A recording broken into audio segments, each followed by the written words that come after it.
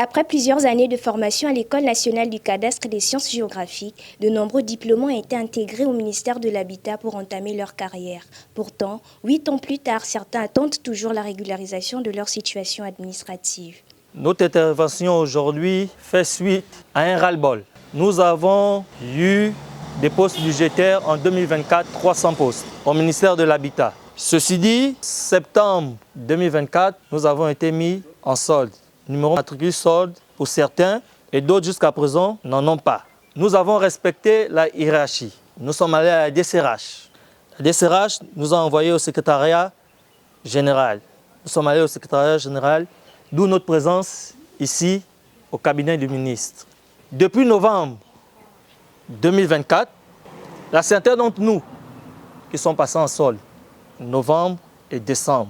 De janvier jusqu'à présent, aucune personne n'est passée en solde. Par ailleurs, dans ce trou noir de janvier jusqu'à aujourd'hui, il y a des gens qui passent en solde. Qui sont-ils? On ne sait pas. D'où vient-il? On ne sait pas.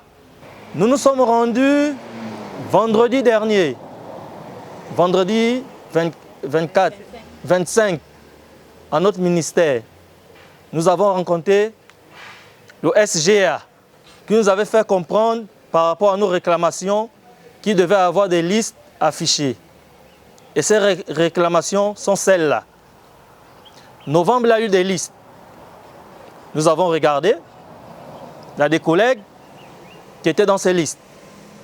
Nous sommes répartis. Décembre, il y a eu des listes. Nous avons regardé. Nous sommes repartis pour ceux qui n'avaient pas de noms à l'intérieur. Jusqu'à aujourd'hui, comme je disais auparavant, trou noir. Pourquoi ce trou noir?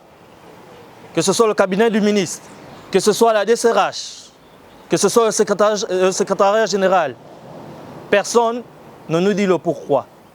Ce qu'on nous dit, c'est que les ordres émanent du haut. Le haut, quel haut? La question qu'on se pose. Quel haut? Sachant que ces postes budgétaires ont été attribués, la priorité c'était les sortants école 2016-2018.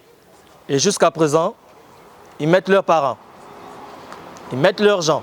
Vous poserez peut-être la question de savoir, avons-nous les preuves? Oui, nous avons des preuves. Les noms? Nous avons des preuves, nous avons des noms. Notre mouvement aujourd'hui, c'est pour dénoncer tout cela. Sommes-nous encore la priorité ou sommes-nous les oubliés? Sommes-nous encore la priorité ou sommes-nous les oubliés? Si nous sommes la priorité, que le ministre prenne sa responsabilité. Et on parle d'un décret présidentiel de que 1 an et demi. Le DCRH prenne sa responsabilité. Décret présidentiel. Que SG prenne sa responsabilité. Qui dit décret présidentiel, dit priorité. Soit nous sommes dans une nouvelle république, soit nous ne sommes pas dans la nouvelle république. Le président, quand il a pris le pouvoir le 30 août 2024, il a dit qu'il venait mettre fin à toutes ces pratiques. Fini le conabélisme. Fini les pots de vin. La restitution de l'administration. Acquis de droit. Et la restitution de l'administration passe par le respect. Le changement de mentalité. Le changement de mentalité.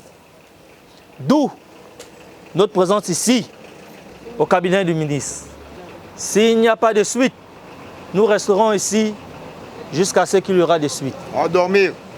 Nous dormirons ici, nous mangerons ici, nous mourrons ici. Parce que parmi nous, il y a des gens qui sont morts, il faudrait qu'on vous le dise. Oui. Nous avons 2 collègues qui sont déjà morts. Il y a des gens qui sont morts, il faudrait qu'on vous le dise. Je vous remercie. Une situation qui relance le débat sur le manque de transparence dans les recrutements publics où certains candidats non éligibles seraient favorisés au détriment des professionnels pourtant formés pour servir l'État.